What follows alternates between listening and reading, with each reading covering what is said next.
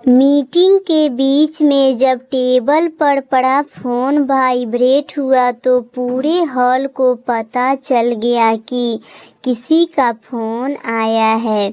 बड़े पोस्ट पर विद्यमान अधिकारी ने अपनी तरफ से बड़ी विनम्रता से कहा कि फ़ोन को साइलेंट करके बैठें प्लीज़।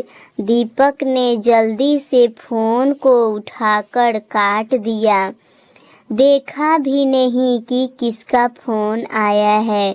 सॉरी सर बोलते हुए फटाफट फ़ोन साइलेंट की बजाय स्विच ऑफ कर दिया और गौर से फिर उस सफ़ेद बोर्ड की ओर देखने लगा जिस स्लाइड चल रही थी। मीटिंग के तुरंत बाद भी अपना फ़ोन ऑन करना भूल गया। काम भला ही कुछ ऐसी है, अच्छी बात भूल जाते हैं इंसान। बने रहने हैं कि अगर बॉस की नज़रों में दौड़ में प्रमोशन की, पैसे की, स्टेटस की, तो पूरा समय झोंकना पड़ता है अपने आप को।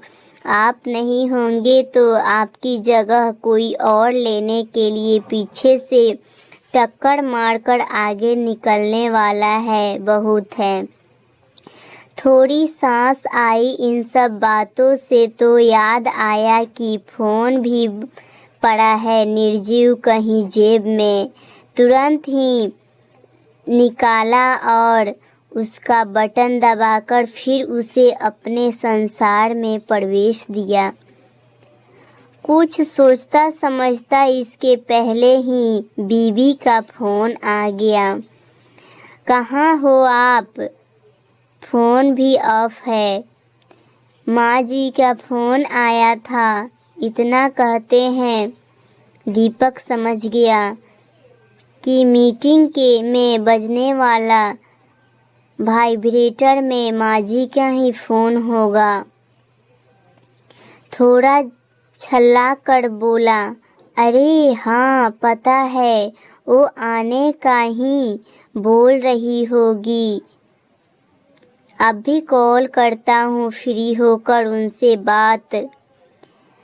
फ्री होना उसके लिए ऑफिस में तो मुमकिन नहीं था, वो भी माँ से बात करने के लिए।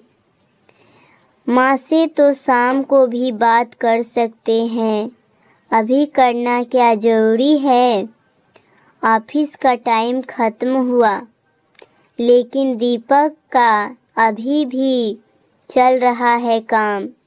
यह फाइल देखने में छोटी होती है, लेकिन ज़िंदगी निकल जाती है इसमें सर घुसा घुसा कर। ऑफिस से घर आया।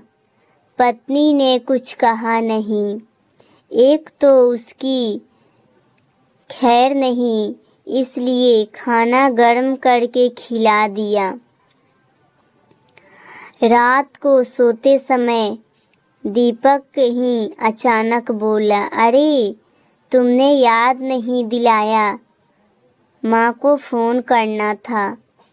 पत्नी बोली, कहाँ करते, यह आपकी ऑफिस थोड़ी है जो रात 12 बजे तक खुला रहे। समय देखो 1 बजा है। 11 बजे तो अपने घर में कदम रखा, कब बात करते। चद्दर झटकाते हुए अब पत्नी को एहसास हो गया था कि अब दिन का वो समय है जब वो थोड़ा बहुत पति को ताना मार सकती है। माँ को 3 साल हो गए हैं आपसे मिले, कब से कह रही है कि एक बार मिल लो, पर आप जाते ही नहीं। अरे तुम लोग तो गए थे ना पिछले साल, हम गए थे तो आपको मिलना है कि नहीं? हाँ करता हूँ कुछ महीने, 2 महीने में जाने का, अभी छुट्टी नहीं ले सकता। सुबह होते ही वही दौड़ भाग शुरू। ऑफिस जाने के पहले ही ऑफिस घर आ जाते हैं। फ़ोन आते रहते हैं, एक चालू रहता है तो दूसरा कतार में है।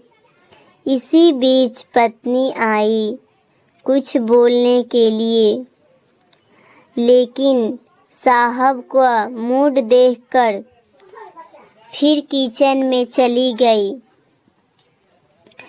दीपक ने जल्दी जल्दी अपने सारे ऑफिस को घर समेटा गाड़ी में डालने के लिए। गाड़ी से फिर वहीं ऑफिस की असली जगह पर ले जाने के लिए। पूरा दिन फिर वहीं करना है काम। एक बार फिर माँ का फ़ोन आया, इस बार फिर काट दिया। मन में यह सोचा कि आज तो माँ से बात करूँगा ही। थोड़ा सा माँ पर प्यार भी आया। सोचा कि अब फ़ोन आए तो ज़रूर उठा लूँगा, लेकिन फिर बजा नहीं। मन किया क्या करे बात, लेकिन फिर दूसरा मन आ गया कहने की करेंगे ऑफिस के बाद। फिर वही बात हुई। काम में उलझकर फिर से एक बार वो भूल गया माँ से बात करना। शाम को ऑफिस से जाने में लेट हो गया। घर गया तब तक दीपक को पत्नी को देखकर याद आया कि आज उसने भी फ़ोन नहीं किया। पहले तो कुछ नहीं बोला, लेकिन खाना खाते वक्त सोचा कि पूछ लेता हूँ। इसके पहले कि पूछता, पत्नी ने बोल दिया, मेरा फ़ोन खराब हो गया है, सुबह से ऑन नहीं हो रहा है। मैं आपको बताने वाली थी, लेकिन सुबह आप बिजी थे तो नहीं बात की। दीपक उसे कुछ कहता इससे पहले उसने घड़ी देखी।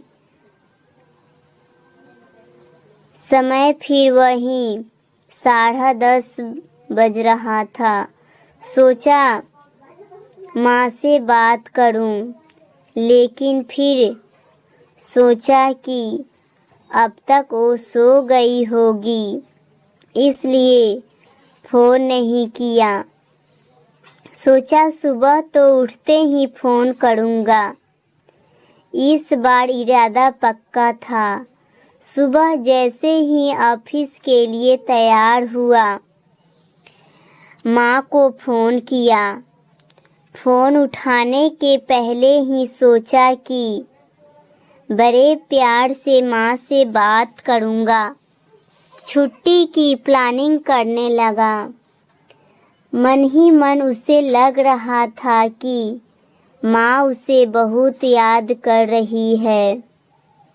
माँ ने फ़ोन नहीं उठाया।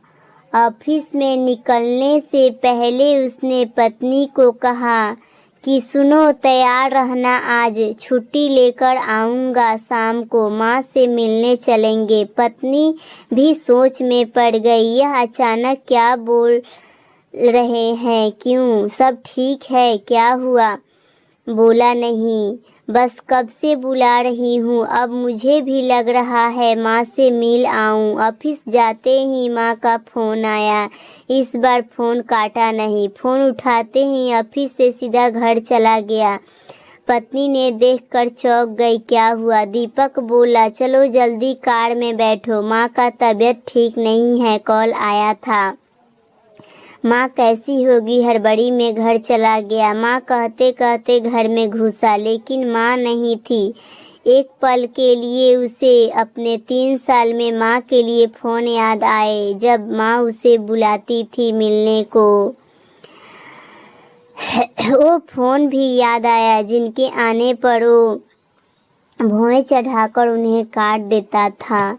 यह सब घर में खड़ा होकर वो सोच ही रहा था कि पत्नी ने उसे कंधे पर हाथ रखा।